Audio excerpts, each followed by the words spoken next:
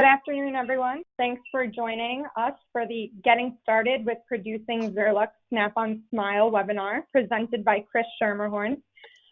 Feel free to submit questions today throughout the presentation into the comment box, and Kris and I will stop periodically throughout the presentation where I will read him the questions and then Kris can address them.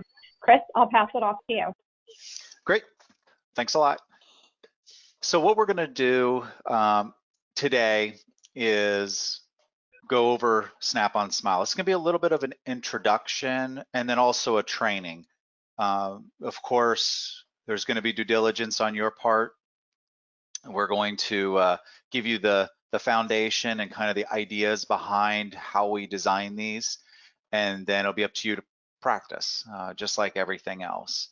We're going to go over the design using 3-shape, kind of talk about what to do with milling, how to nest it, and then finally we're going to kind of go over pros and cons, and I'll kind of do that throughout, but kind of really go over where and when and how to use this appliance.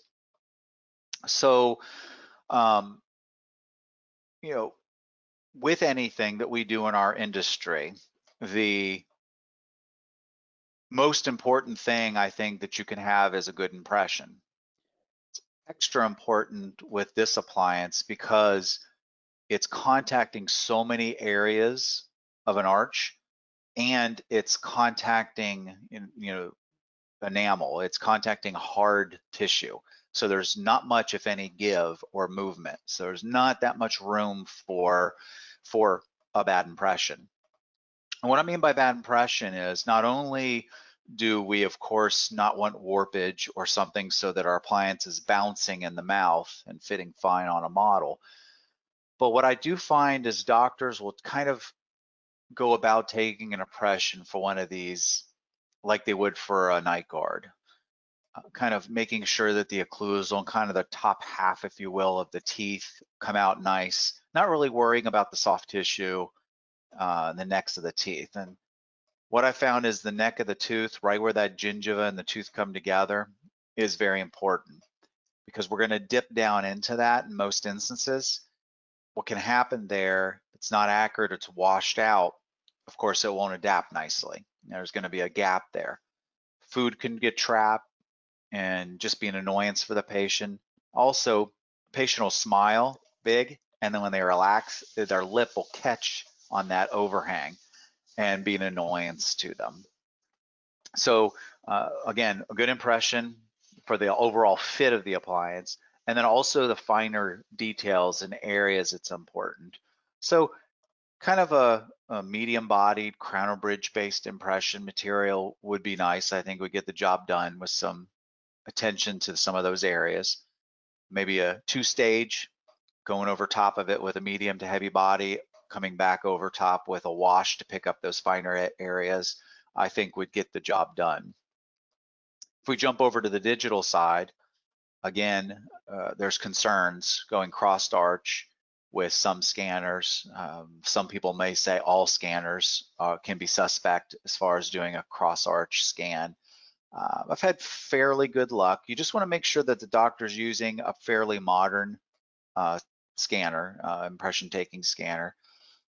The newer ones, each, it seems like every year, if not every month, they're coming out with some better scanners that can stitch across that arch and keep things consistent and good. But it's definitely, just like with anything we do in our industry, it's the foundation of everything we build on top is that model that we create, whether it be digital or through an impression. So be very concerned with that. I think that's a no-brainer, but I want to make sure you understand that it's extra crucial when it comes to this appliance. Usually kind of as we go along, I make this point, and I may make this point again. This is a training to become certified to produce Snap-on Smile. Snap-on Smile for the longest time was a trademarked appliance. It's patented, and with that trademarked appliance, nobody else could do it except for Denmad, which is a company that owns all that.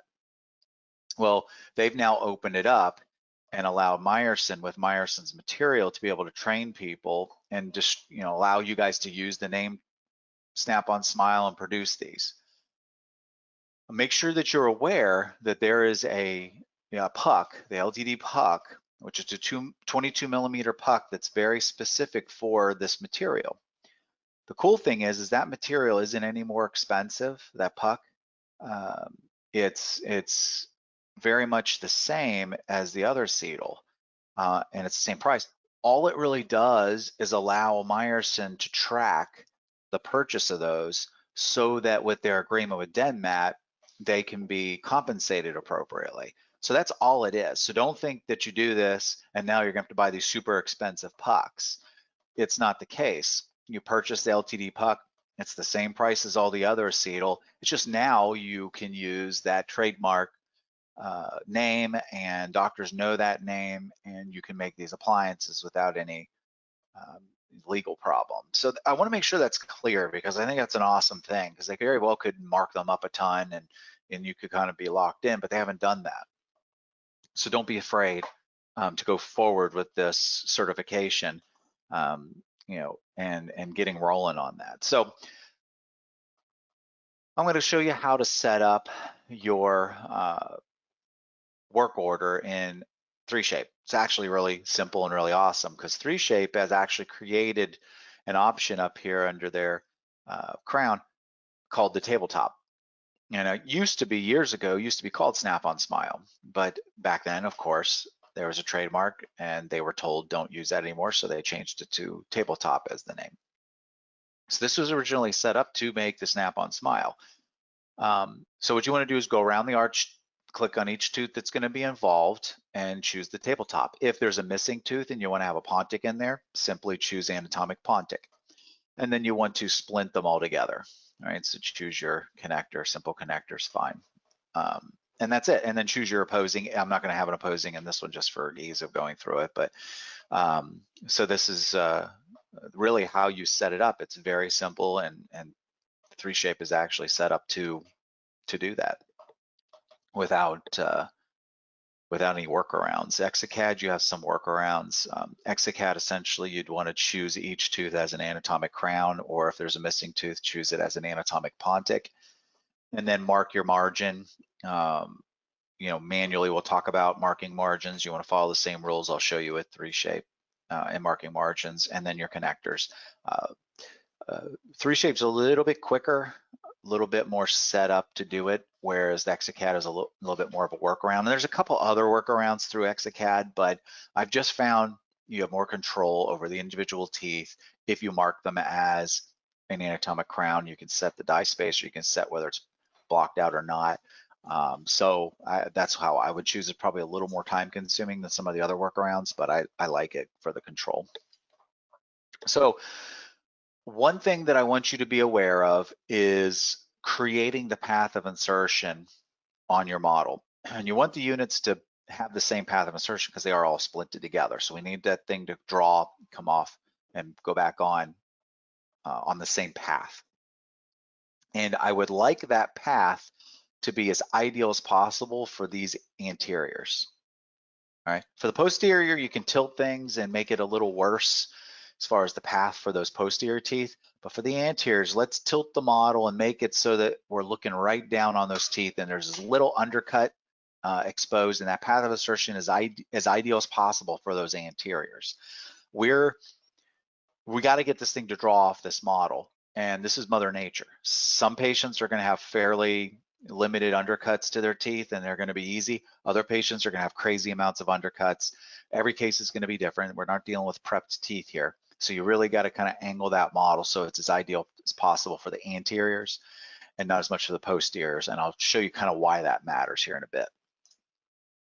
All right, so then it's going to have you go around to each tooth, select it, and tell it what tooth number it is, right? Just like when you're doing crown or bridge with 3Shape, nothing crazy there.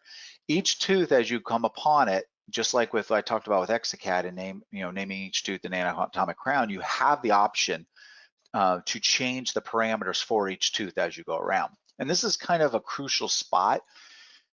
It's very crucial, and at the same time, it's a thing that I can't tell you this is how it is on every case, because we're dealing with Mother Nature on every case, and every case is different. But what I can tell you is you need to be selective on which tooth you have keep the undercut and not block out, and which ones you have the software block out the undercut. All right.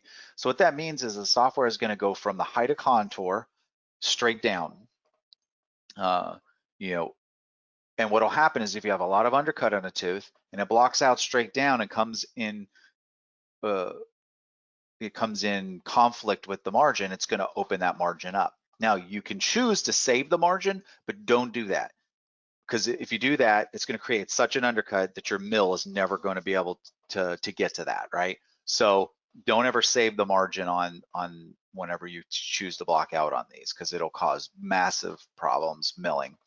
And if you position your undercut, your margins and undercuts, you can tell it to block it out, all right? Then it's going to open that margin. So I'll talk to you in a second how you kind of have a solution to that. But think about a partial frame, all right? A metal framework or an acetal framework or a Valplast or a Duraflex type partial. If you have 3 clasps on one of those, you're going to have, in most instances, a nicely retentive partial. If you have 2 clasps, most of the time you're okay. Just 1 clasp, you're probably, going to have to really get some good undercut. The patient's probably going to have to use a little denture adhesive, right? With this appliance, you only really need 3, 4, 5, 6 teeth to actually engage the undercut to hold this appliance on. And you're probably going to still have more undercut than more tension than you need, and you'll probably have to do some adjusting. So we don't have to have every single tooth on this thing snapping into place, because it'll snap into place and the patient won't be able to get it back out. So be selective in which teeth you have the software block out the undercut and which ones you have the software leave the undercut. I would recommend that in the anterior, you have the software leave the undercut, so that you have a nice adaptation to that gingival margin, which is usually where it'll open up that. That's why I wanted you to position the model so that the path of insertion was as ideal as possible for those anteriors. Now, if there's little interproximals in areas where the software wants to block out undercut and that's going to be open, that's fine. Right? It's usually right on the facial where it'll open it up and cause the patient's lip to catch and food to get jammed in and all that stuff. So as you go across that anterior, again, you can have it block out some if it's just small areas here and there. If it's major undercut, then I'll show you how you can manipulate the margin a little bit to help the software deal with the undercuts. You could still block out and keep it sealed. But as it comes to marking each tooth and choosing whether you check this or not to have the undercut blocked out or not, be selective and know back in the posterior, you might choose 1 or 2 of these and have the rest blocked out. All right, once you've positioned the teeth over top, it'll give you this, ghost tooth that you position over top. Just make it a little bit bigger than the teeth that are there. Don't try to shrink it down so small that like parts of the underlying tooth are kind of poking through, because the software, once you kind of accept the margin and you mesh everything and it forms to it, it'll kind of leave these little cauliflowery bumps on there that are kind of hard to smooth out if you leave a lot of it. So I like to leave it just a little bigger, accept everything, and then go back and maybe move some things and shrink some things down after the fact. So try it both ways, see how you like it. I just like it better that way. All right. Here's how we're going to work around some of these undercuts. So let's say this tooth right here, right? There's the height of contour right about there. And if I tell the software to block out the undercut, it's going to block it out straight down to right about there. All right. So if I had my margin marked right at this gingival margin, it was going to open that margin up to get that path created. And now I'm going to have food jamming up in there every time the patient eats, or they're going to be playing with it with their tongue, or it's just going to be problematic. So what I've done is I've overextended that margin so that when the software blocks that out, it blocks it out on the inside, but never actually opens up that margin. And then you have a nice seal to the gingiva, and that's fine. Every night guard we do has this. Every partial we have makes contact. You can even do it on the facial. in certain instances back in the posterior where aesthetics, having a little bit longer tooth isn't going to matter. You can overextend it to that roll of the tissue so it comes down. And this is the most tooth supported partial or appliance that you can create. It's supported by every single tooth. So it doesn't have a lot of bounce or movement as they chew. So you're not going to be rubbing the tissue or causing sore spots. It's going to be just forming down to the tissue and just sitting there. So you can expand upon the tissue and really not worry about it affecting much of anything at all. On the other hand, you can shorten it, right? So if the height of contour is there and you're going to have a hard time, bring the margin up the tooth. Who cares? It's way back in the back. No one's ever going to know that there's half the tooth is showing. So you can actually bring that margin up, right, and bypass the undercut and do it that way. So you can either overextend or underextend that margin. On the facial here in the anterior, you're probably not going to be able to get away with that, right? You don't want half the tooth showing. On a lower, you might be able to get away with that. Most patients don't show hardly any of their lower teeth. But that's why we made the path of insertion as ideal as possible for those anteriors, is so we can get a better seal and we can tell the software don't block out undercuts. And if there's undercut there and it's not major, your mill will be able to mill that with the the degree of undercut that it's able to accomplish. And then whenever you go to fit it, it might not go down, but you can go in there with a handpiece and do a little adjusting and get that to drop down for you. Back in the posterior where we didn't make things as ideal, we can actually bring those margins up or down to kind of affect. I mean, I've had cases where I've had all the molars only capping the tops of the teeth because there's just so much undercut back there. And believe me, get some undercut from these premolars, maybe a couple from the anteriors, and the thing still needs adjustment because it's so retentive. So definitely, this is the part again that I can't just say, here's how many teeth you do, and here's how much undercut you go into. It just doesn't really work that way because every case is 100% different. And I could tell you 1 degree of undercut and a tooth could move so much in that amount of degree compared to another tooth that it just doesn't work. It doesn't work consistently to say that's the way it is. You really, I would go to the side of more undercut, and then know you'll have to do more adjusting when it comes out of the mill, but at least you won't do too little and it won't be falling off the model. And now there's ways of adding, and we'll talk about that later, but it's way more difficult than just removing a little bit of undercut. So once you've marked your margin, whether you've marked it short or long or left everything as is, you can see your margins marked. It'll then mesh it to that margin that you created. All right.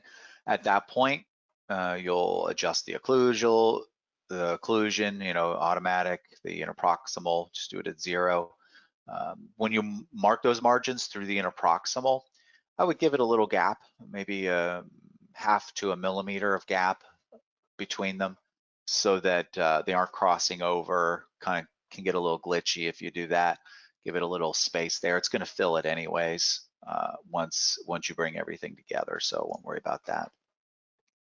And then you'll sept everything. You can see here it's catching an undercut. Lowers usually present much less undercut than uppers, just the morphology. They're usually easier to do compared to uppers just because of that amount of undercut. So keep that in mind. If a doctor wants to open a bite with one of these, maybe try to push them towards doing it on the lower, because everything usually goes a little smoother with those lowers just because the undercut, especially as you're getting started. I've done these in 2 pieces, splitting them in the anterior, like in the centrals. So they put 1 piece on and then the other, just because things were splayed and there was just no way that it was going to place. I've done that before. There's you open your mind, really, kind of getting your crown and bridge department and your removable department, if you have that, together on some of these kind of helps, because the removable side really is into paths of insertions when it deals with partials and clasps, and then the crown and bridge side is much more into these designs and stuff. So wouldn't be a bad idea to partner those two groups up and kind of tackle these until you kind of get settled on the process and feel comfortable. And then here it is, ready for mill. And, again, you can 3D print just about anything with any undercut, but milling, even though our mills do really good and catch a nice amount of undercut, there's still some limits. I'll still do cases and then I'll go to put them on the model and they're just not going down, and I realized that there was such an undercut there that the mill just couldn't reach. And I go up in there with a burr and I ream it out, because what'll happen is you move it into your cam and your cam says, okay, I know how much degree of undercut this mill can do. I'm blocking this out. I'm adding material here so that the mill can actually reach it, and is what'll happen. It'll block it out. You'll mill it. With some 3D, it'll tell you, it'll have red and tell you where the issues are and stuff, and maybe you can go back and correct. But if you do too much, definitely the mill will fuss at you. And again, it's not the end of the world. You go in there and you adjust, and it'll drop down. But we always like things come out of the mill and try to make sure they can almost drop right into place. So right now, the acetal has limited shades. We have A1, A2, A35, B1, and G2. G2 is a bleaching shade. We're working on, and hopefully should be soon, have an A3. We also are working on a C shade, so that we have something with a little lower value as an option. But this usually kind of covers, being that you're covering all the teeth in an arch, usually you can get by with these options. The A3 would be nice, and the C is going to be nice to have a little lower valued C shade. So what'll happen now is we'll check and see if there's any questions that have come in on kind of design. Kris, Yes. just checking here. I haven't seen any come in, but sometimes it's a little bit delayed, so I'm just going to give it. That's fine. We'll be stopping. Minute. We'll be stopping again just after the doing the nesting and stuff. So we'll see. Yeah. But guys, if anybody out there has a question, you can type it in, and then at these certain points we'll stop, and then she'll be able to read them to me, and I'll be able to answer them. So if you have any questions, go ahead and submit those. Yeah, right, I think at this point you can keep going, and we'll just we'll see if any additional questions come in. Sounds good. All right, so that's it for designing. Again, I'm giving you kind of the foundation and some of the tips and tricks that I've kind of figured out with the margins and stuff. And now it's just up to you to kind of practice that and see how things come out. And I would definitely recommend your designer either finish or be involved with the finishing of these. I think the design will come out much better if they have that experience. All right, so let's talk about nesting and milling and everything that's involved that. This material is, mills nicer than PMMA. It's a much, when you look up acetyl resin, which is what this plastic is, it's a formulation of acetyl resin.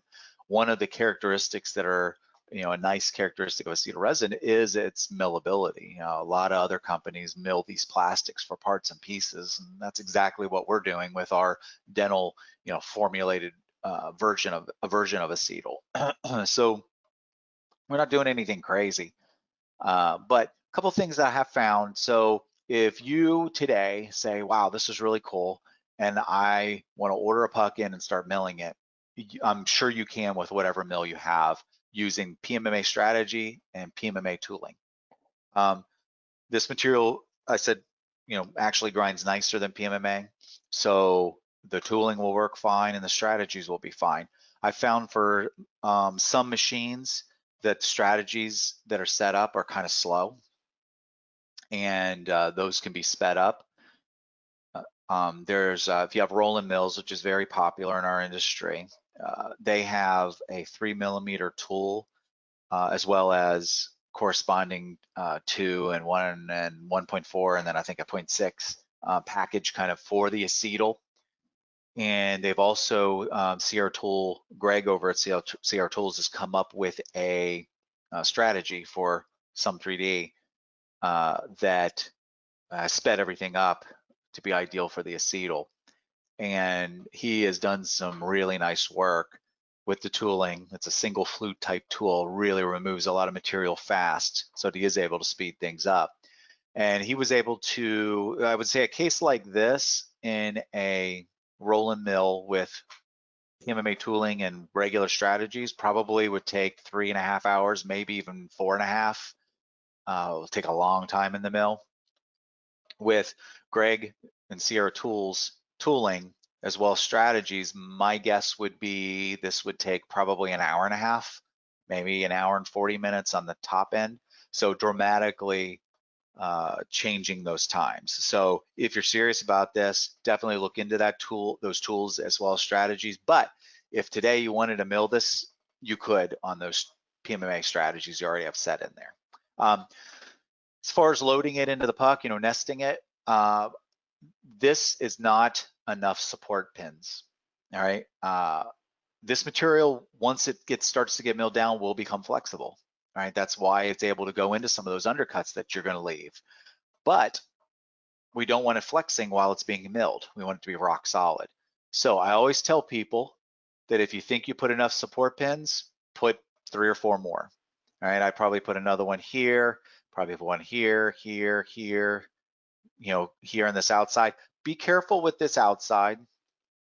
If we sneak it right up to the outer edge, this can become flexible. Now, if you have a totally encompassing holder for your puck in your machine, then it's going to support it fine. If you have more of a C-type clamp, then this out here can get a little flexible and you want to be careful. So I would scoot this in a little bit to get a little more thickness, or I would actually avoid some support pins on that outer edge and put more on the inside to support it, maybe some heavier support pins.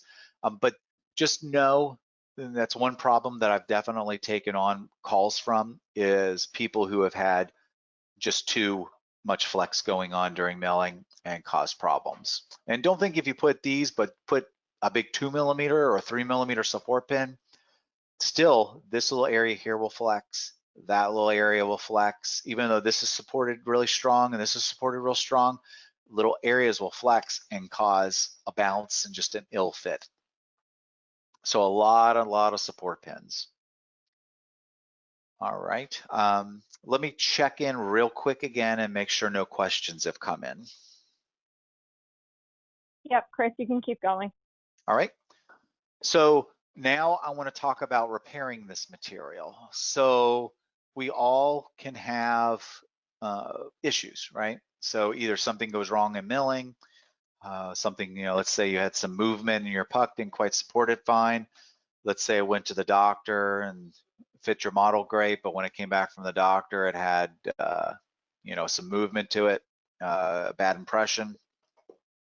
That's all part of our lives, and we don't want to have to remake something if we don't have to. So a couple things.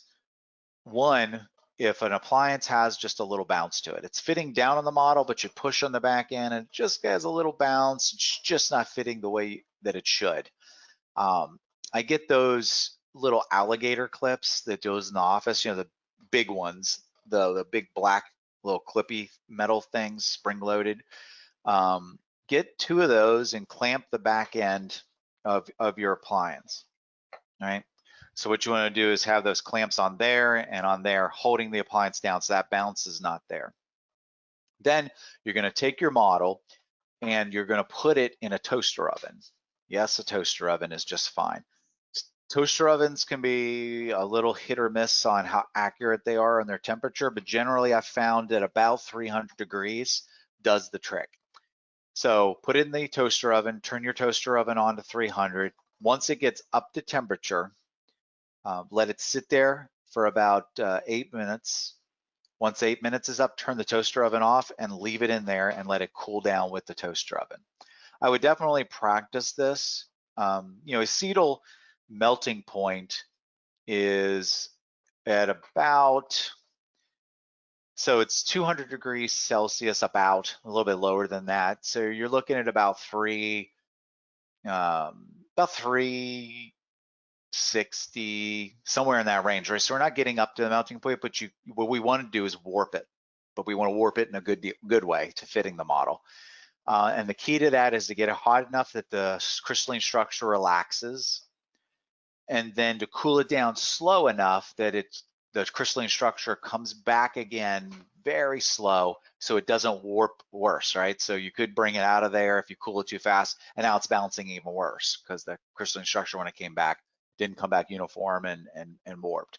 So that'll usually get out any little bounces and make things fit nice, even if you kind of have a lot of tightness to it, because usually I found it will make it fit just a little looser, right? So if there's any parts of the appliance pushing on the model, when you put in that and you go through that process, it relaxes it a little bit. So it will usually come out of there fitting ever so a little bit less tight.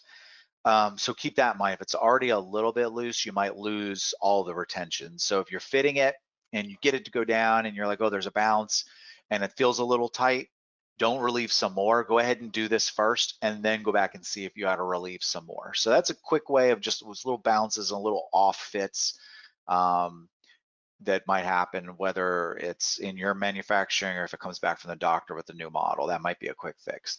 The other thing is, if it's a major deal, you can actually cut it and almost weld it back together like you would crown a bridge back in the day. Back in the day, you know, when we used to use metal. Nowadays, not having to deal with much of that. But this is a case here that was done back when I used to hand wax them and inject them. And when I injected them, I would have more of these bouncy, kind of ill-fitting issues, more so than I have now with milling, because the crystalline structure when you inject it was a finicky thing. It could kind of have problems. So with this, you would cut it, fit it down, fill that in with wax, kind of lute it into place with wax, and then you're going to do a putty matrix over that area. Right? Then there's some piece of equipment called the hot shot gun. I don't know how many people, you know, have that or have seen that, but it's a mini little injector. It looks like a glue gun, kind of a big glue gun or a caulking gun. And it heats the material and allows you to inject a little bit more precisely than a big injection machine. So once you get everything in place and you create your putty, you heat that area with a blazer torch. And if you want to see this kind of live and in action, if you go into Meyerson's YouTube channel, you can see some videos that are on there. With those videos, there is one or a couple me doing repairs. Now it's repairs, I think, to Duraflex and VisiClear, which is another thermoplastic that we have. That's fine. It's the same process, it's just a different material. So you can kind of see those and see a little bit more live action, what I'm talking about here. But there's a little blazer torch just blows out hot air. You're gonna preheat that area with that blazer torch for a few seconds. Then you're gonna inject a blob of material on there. And then you're gonna take your putty matrix and you're gonna smash it down into place. When you smash it, it's gonna squish everywhere. And that's good because you want it to squish down into that joint and fill all the gaps and spaces. And this material always needs a little push into whatever you're trying to repair. You can't just kind of smear it on there, inject a little blob. It needs to be pushed in. So you create a putty matrix kind of allows that to get pushed in and have a successful melt between the materials. Here's what you'll have. You will have a lot of flash that you'll have to kind of grind off and work through. And then here's your joint here. You can see no line of demarcation, just a smooth joint between the two. Now you can see that there's pink here. Acrylic will not stick to this material chemically. It won't bond to it anyway. Put a drop of crazy glue on this stuff and you can flake it right off. It's really great for stains and problems like that. But with acrylic, what I did is I drilled a hole up inside each one of these Pontics and then processed the acrylic so that it had a mechanical lock to it, like you would a metal frame or something like that with the lattice work. So if you do need to add pink, you can do it that way with mechanical retention.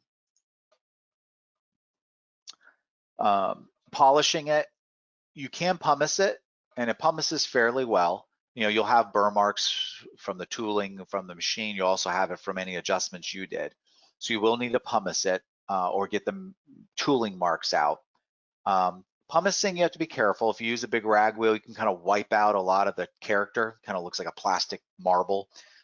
So I would recommend that if you do pumice, hit it lightly with the rag wheel and then maybe go with a brush, like a B52 or whatever it is, brush with the pumice, so you keep some mamelons and keep some of that character.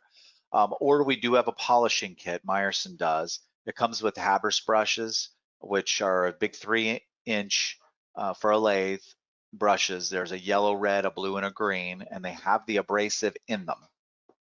So in the rubber that the brushes are made out of, there's an abrasive. And that's kind of nice because you don't have to get up in the pumice, and it's all brushed, so it does keep all that character. Whether you pumice or use that, you'll need a high shine. A lot of different acrylic high shines will work okay on acetal, but we did develop a high shine that is specific for acetal. Use nice high rate of speed, high speed on your lathe. Really give it a decent amount of pressure, and then use this polish, and I think you'll find you'll get a nice high shine with this material. All right, so now I'm going to kind of go over, some other uses for it. I like that it's an aesthetic tool, but let's be honest, it's plastic, right? It's something that's going over the teeth. So here's, we have to manage, right now I'm managing your expectations. You then need to manage the doctor's expectations, and the doctor needs to manage the patient's expectations. And one way that I'm going to explain it to you that you can use to explain to your doctor, that the doctor will hopefully explain to the patient is, if you have a scale of 1 to 10, 10 being the most beautiful smile that you can imagine, and 1 being the ugliest smile that you can imagine. If a patient is a 5 or a 6 and we get them to a 7 with this appliance, well, they're probably not going to be happy, right? They to spend a few $1,000s and have something in their mouth that, is something in their mouth. They're probably not going to be enough of a jump for them to be satisfied with the appliance. Now, if a patient is a 1, 2, 3, 4, and we jump them up to a 7, you could have patients crying in the chair because it looks so much better than what they had. So it's really the sweet spot for these aesthetically for patients is that, patient that's fairly, broken down but healthy, badly stained but healthy, some of those situations. Another use for this appliance is as a bite opening, as you see here. This is a doctor that studied under Dr. Kris and uses the Kris deprogrammer, establish the patient's vertical, send me a bite with that establishment, and then I make this appliance in that position. And now the patient can wear this, can see if their headaches go away, see if their jaw pain goes away, whatever their situation might be. And then they could wear this for a few years and get it replaced every few years, or they could wear it, see that they like it, see that it works, and decide to invest in getting full mouth rehab. If they do that and decide to get this all done in acrylic, in porcelain, in zirconia, or whatever it's going to be done out of, of course, if they have the money, they can pay for it. But if they don't, the doctor can kind of do this almost in a payment plan, and then also do it so that all this work he used to establish this vertical can be passed on to the technicians, so they can do the crowns in that as close to the same exact vertical position as they established. And so what you can do is section it here, remove this piece, prep, prep, prep. Then they can scan in the impression or take the impression with the rest of this still in, right? Then with the rest of this still in, have the patient bite down, inject some bite material. And now the lab receives this, they can mount to this and do these 3 crowns in exactly the position that the doctor has the patient in, that they've been maybe wearing this for a year or a few months, and has really established that it's working and it's a good spot. The doctor could also take this shell, fill it up with temp bond or acrylic, and put it back in as the temporary. All right, a couple weeks goes by, crowns come back, doctor places these crowns. Now the patient goes off for 6 months and saves money or waits for insurance or whatever, and then they section it over here, do these, and then you'll be surprised at how retentive the anterior section will be, all by itself. If ever you do one of these and the patient just doesn't have any retention, the no bellies on their tooth, no real lock for this appliance, you'll run into those, especially on lowers. you can do the best you can, and what you can do is put a little denture adhesive inside the appliance in a few spots, and it'll create a suction and actually make it pretty darn retentive. So if you get to the point to where you've removed and this is a little bit not retentive, have them just put a little denture adhesive in there, and usually it'll stay fine. But that's a really good tool for transitioning a patient, getting them the bite open, establishing that it's good, and transitioning them into their permanent option, or leaving this as their permanent option, just knowing that they'll have to have that replaced or redone every few years. And the nice thing with digital, as long as no changes are made, you can just run another one through from that file. If you're not wanting to open the bite, you've probably seen pictures where the occlusals are wide open, big windows. I don't necessarily like that. It does make for a more flexible appliance, but I have found that they can break much easier, kind of have splits in the interproximal much easier, and food, of course, just jams right down in there. So I like to just design it as thin as I can occlusally, as thin as the software will allow. And then I'll just adjust it down, and little cusps and stuff can kind of wind up poking through, and that's fine. And usually I can get them down to 0.8 of a millimeter of opening, maybe a millimeter if the occlusion is just kind of odd and requires it. So usually you can get them closed down pretty close to where they, where their natural bite is. Here's an option you can do, which is a bit of a hybrid. So this patient here has 3 anterior teeth that are broken down but healthy, 2 crowns that were done. That's it, all the edentulous in the rest of the area. Doctor was like, what can we do here? And I was like, well, we can make a partial. Can the patient get crowns done on those teeth? And he's like, no, can't afford it. Implants, of course, can't. No veneers. Just really what they could afford was a partial. But I can make a partial, but aesthetically we aren't going to be able to correct anything. And there's patient wears a partial. The main objective of that partial is so they can eat. Secondly, it's to hold teeth in place. It's an orthodontic appliance. And thirdly, it's aesthetic. Right, and that's kind of order of importance. But if it's not aesthetic, which is on the low end of our importance, they're probably not going to wear it, and eating isn't going to happen, and orthodontic holding isn't going to happen. So aesthetics becomes very important, even though it should be the last thing kind of on the importance of the list. And so what we came up with was this. We did a snap-on shell down over those anteriors, and they did Pontics in the other spots. So we stayed consistent, right? So we're going with a lighter shade. So even if we were to set denture teeth in here, there'd be such a change. The denture teeth are going to have more depth of color and more transition of shade than the acetal. It just keeping things consistent all the way across was a better option. We rested on those crowns. She was actually opened a little with these crowns, so she had to drift forward to make lingual contact. But if she did make lingual contact on those teeth, we could have made a window here that she could have bit through, so we wouldn't have to affect the occlusion. We made a finish line and retentive grid for acrylic and denture teeth, and we did clasps. So we'll get some retention from these teeth and clasps on these crowns. Here it is at try-in, and here it is after finishing and polishing. Right, so not bad. It's not porcelain crowns, it's not veneers, but I think this is a nice option that's kind of in the middle of the road when it comes to your, the patient's choice, and it wouldn't be near as expensive. It should be a more expensive lab bill. It's more work than just a traditional partial, but of course on the doctor's side of things, it shouldn't be, a crazy amount more. Definitely not as much as implants or crowns and a partial would be. So this kind of gives you options of kind of open your mind up to what you could accomplish with this type of appliance. It's not just a Hollywood Snap-on Smile, aesthetically. I think that's going to wind up being, definitely some of what you do, but there's a lot of other ways that this appliance can be used. It's a really nice tool. So to end, I want to kind of go over ideal cases, right? So slightly discolored teeth, it can go with a lighter, brighter shade. Broken down or cracked, but healthy, right? So it needs to be healthy. We don't want to create more problems. than with an appliance.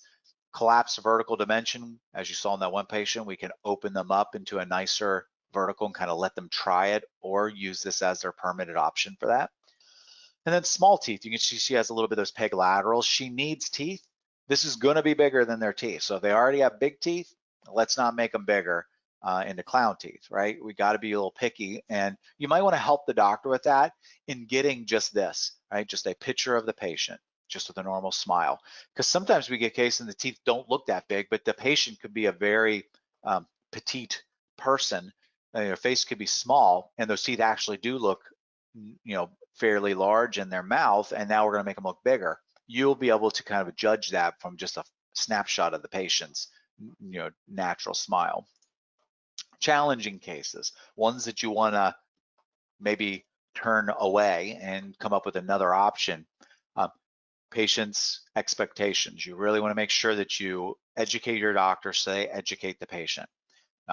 If you don't, you will receive these, you'll make one, you'll send to the doctor, it'll come back to you, and the doctor will ask for credit or money back because the patient just refused it because expectations weren't managed. Diastemas can be tough, right? She has a diastema and there's not much, space there, but, she could handle it, right? Moving that interproximal wasn't that big of a deal for her. But if they, they did have interproximal and gaps, it can be tough because, with crown and bridge, we can kind of move an interproximal, that interproximal line, you can kind of move it over because we have prep teeth and we have space to work with. With these, we don't. We can't put an interproximal right in the middle of a tooth because we just don't have the space to do it. So, that's a concern with a diastema, whether we're going to make the teeth too big or not. All right, extremely dark teeth. Now, I would say that if you're able to make it 1 millimeter or more thick, you're probably going to block out just about any darkness from the underside. But if you get down to 0.6 of you'll see some of that dark showing through. So you can see this hit it really well, but you got to be concerned with that. Maybe make things a little bit bulkier, a little bit thicker if the teeth are dark. Clinically jeopardized dentition, right? We can't just throw this over top of stuff going on. It'll probably make it worse or cause more problems than they already have. They need to get that stuff taken care of before you consider this type of appliance for that. Large existing teeth, we're only going to make them bigger, so we got to be careful with that. Gummy smiles, for whatever reason, patient has a big gummy smile when they smile. They seem to have more issues aesthetically with this, and it kind of makes sense, right? This is not porcelain veneers. This is something in there that's bigger and is there, and so, with that, that's more in the forefront when a patient has a big gummy smile. So that's definitely a concern, to kind of evaluate. And again, getting that shot of them, just their natural smile, can help you to evaluate that. All right, so that's everything. We will check and make sure that there isn't any questions that have come through. And if not, you can always give Henry Schein a call and or Meyerson a call, and we can answer any questions that you might kind of think about or come across or develop in the meantime. Was there any questions that came through? Thanks, Kris. We actually didn't have any additional questions. So like you said, any of the attendees on the call, if you think of something, you can email us directly at Zahn@Henry Schein. We're happy to answer that, happy to forward it to Kris if needed. But thank you so much, Kris. This was great content, great information, and we really appreciate the time today. Yeah, no problem. And I hope everybody stays healthy and is getting busy again. Everyone have a good day.